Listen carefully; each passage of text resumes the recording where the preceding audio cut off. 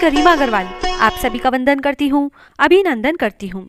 आज हम आपके लिए लाए हैं मार्गशीर्ष गुरुवार महालक्ष्मी की व्रत कथा। श्री महालक्ष्मी माता के अनेक रूप तथा नाम हैं। भूतल में वे छाया, शक्ति, तृष्णा, शांति, जाति, लज्जा, श्रद्धा, कांति, व्रति, स्मृति, दया, तुष्टि, माता, अधिष्ठात्री एवं लक्ष्मी के रूप में स्थित है। उन्हें हम प्रणाम करते हैं।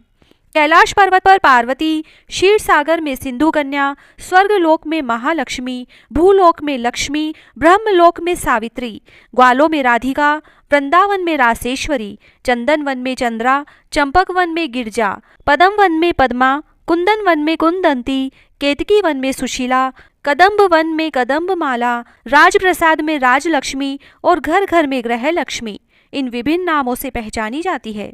इस तरह सर्वथा चारों ओर सर्वभूत में सुपरिचित माता श्री महालक्ष्मी की यह कथा है। भारतवर्ष के स्वराष्ट्र देश में द्वापर युग की यह कहानी हुई है। स्वराष्ट्र में उस समय भद्रश्रवा नाम के राजा थे। वे बड़े पराक्रमी राजा थे।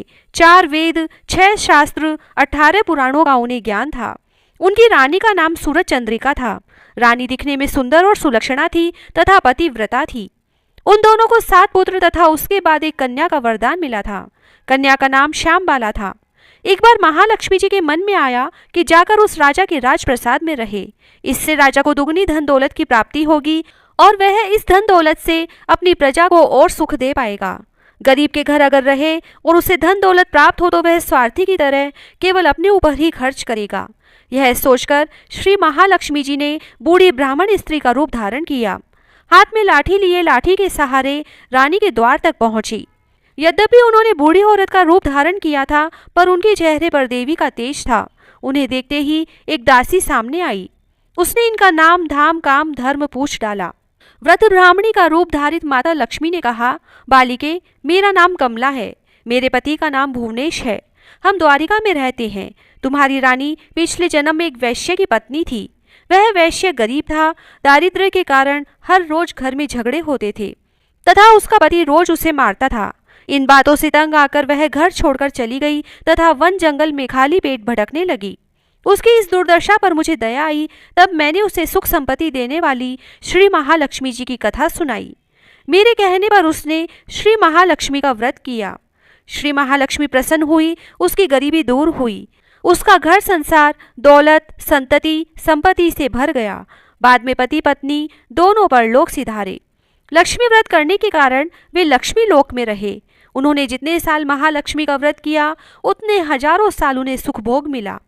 इस जन्म में उसका जन्म राजघराने में हुआ है, परंतु वह महालक्ष्मी का व्रत करना भूल गई है। उसे यह याद दिलाने मैं यहाँ आई हूँ। बुढ़िया की बातें सुनकर दासी ने उन्हें प्रणाम किया तथा श्री महालक्ष्मी का व्रत किस तरह किया जाए इस बारे में पूछा। बुढ़िया का रूप धारण किए हुए श्री महालक्ष्मी माता ने दासी को पूजा की विधि तथा महिमा बताई। इसके बाद वह दासी माता को प्रणाम कर रानी को बताने अंदर चली गई। राजवैभव में रहते हुए रानी को अपने ऐश्वर्य का बहुत घमंड हुआ था।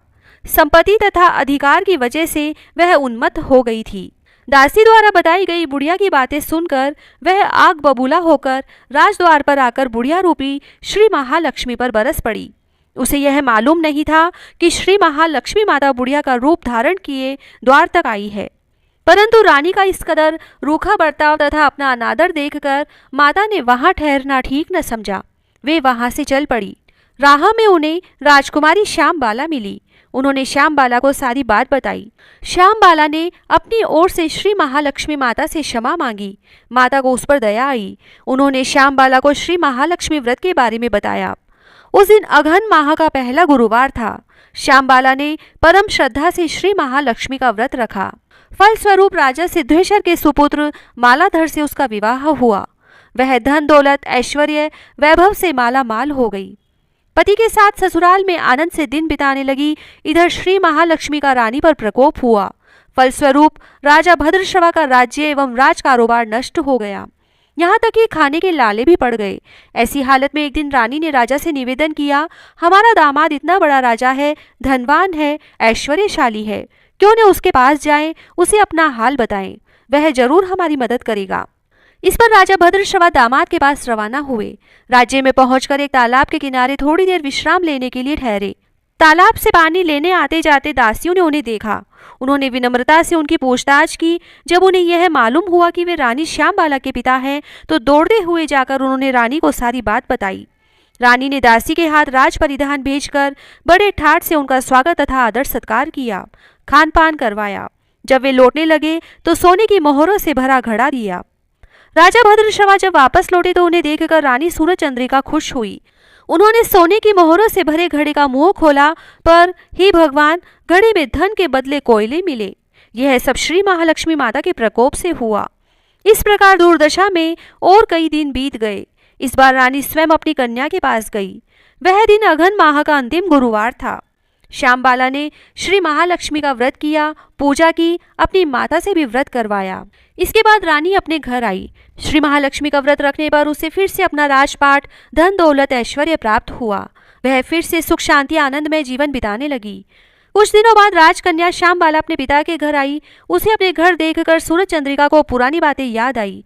यही कि श्यामबाला ने अपने पिता को घड़ा भर कोयला दिया था और उसे तो कुछ भी नहीं दिया था। इसी कारण श्यामबाला को पिता के घर आने पर उसका कोई आदर आतिथ्य नहीं हुआ, बल्कि अनादर हुआ। पर उसने इस बात का बुरा नहीं माना। अपने घर लौटते समय उसने पिता के घर से थोड़ा नमक ले लिया। अपने घर लौटने पर उसके पति ने पूछा, अपने मायके से क्या लाई हो? इस पर उसने जवाब दिया, वहां का सार लाई हूँ। पति ने पूछा, इसका मतलब क्या हुआ? श्यामबाला ने कहा, थोड़ा धीरज रखें, सब मालूम हो जाएगा। उस दिन श्यामबाला ने सारा भोजन नमक डाले बिना बनाया और परोसा। पति ने खाना चखा। सारा खाना नमक बिना था, इसीलिए स्वाद न आया। फिर श्यामबाला ने थाली में नमक डाला, इससे सारा भोजन स्वादिष्ट लगने लगा। तब श्यामबाला ने पति से कहा, यही है वह मायके से लाया हुआ सार। पति को उसकी बात सही लगी। फिर वह दोनों हंसी मजाक करते हुए भोजन करने लगे। कहा गया है कि इस तरह जो श्रद्धा भाव से श्री महालक्ष्मी की पूजा करे, उसे माता की कृपा प्राप्त होती है, सुख संपत्ति शांति प्राप्त होती है, सभी मनोकामनाएं पूरी होती है। परंतु यह सब प्राप्त होने पर माता की पूजा को भूलना नहीं चाहिए। हर गुरुवार को व्रत पाठ अवश्य करना चाहिए। इस तरह श्री महालक्ष्मी की महिमा भक्तों की मनोकामना पूरी करती है। जय श्री राधे। वृंदाई जी की कहानी। उस समय की बात है जब भगवान विष्णु जी की शादी लक्ष्मी जी से तय हुई थी। शादी की खूब तैयारियां की गई। चारों ओर हर्षोल्लास का वातावरण था। सारे देवी देवता को बारात में चलने के लिए निमंत्रण दिया गया। सारे देवी देवता आए तो सब भगवान विष्णु से कहने लगे कि गणेश जी को नहीं ले जाएंगे, वे बहुत मोटे हैं, वो तो बहुत सारा खाते हैं। दूंद दूछल्या, सूंड सुंडालिया, उखल से पांव, छाजले से कान, मोटा मस्तक वाले हैं। इनको साथ ले जाकर क्या करेंगे, यही रखवाली के लिए छोड़ जाते हैं। और विनायक जी को छोड़कर वे सब बारात में चले गए। इधर नारद जी ने गणेश जी को भड़का दिया और कहा कि आज तो महाराज ने आपका बहुत बड़ा अपमान किया है। आपसे बारात बुरी लगती, इसीलिए आपको साथ नहीं ले गए और छोड़कर चले गए। गणेश जी को क्रोध आ गया। उन्होंने चूहों को आज्ञा दी कि सारी जमीन को खोखली कर दें। जमीन धोती हो गई। इससे भगवान के रथ के पहिए धंस गए। बहुत कोशिश करके सब परेशान हो गए। किसी भी तरह से पहिए नहीं निकले तो खाती को बुलाया गया। खाती आया, सारा दृश्य देखा और पहिए को हाथ लगाकर बोला, जय गजानन जी। और इतने में तुरंत रथ निकल गया। सब देखते रह गए। सबको बड़ा आश्चर्य हुआ। उन्होंने पूछा कि तुमने गजानन जी को क्यों याद किया? खाती बोला, गणेश जी को सुमेरे बिना तो कोई भी काम सिद्ध नहीं होता। जो भी सच्चे मन से गजानन जी को याद करता है, उसके सब काम बड़ी आसानी से सिद्ध हो जाते हैं। तब सभी देवी देवताओं के मन में विचार आया कि हम तो गणेश जी को ही छोड़ आए। उन्हें अपनी गलती का एहसास हुआ और एक जने को भेजकर गणेश जी को बुलवाया गया। गणेश जी से माफी मांगी। फिर पहले गणेश जी का रिद्धि सिद्धि से विवाह करवाया। फिर भगवान विष्णु का लक्ष्मी जी के साथ हुआ। सभी बहुत खुश थे। तभी से कोई भी शुभ काम शुरू करने से पहले वृंदाई जी का स्मरण किया जाता है। जैसे भगवान का काम सिद्ध किया, वैसे सबका सिद्ध करना। बोलो विनायक जी महाराज की जय।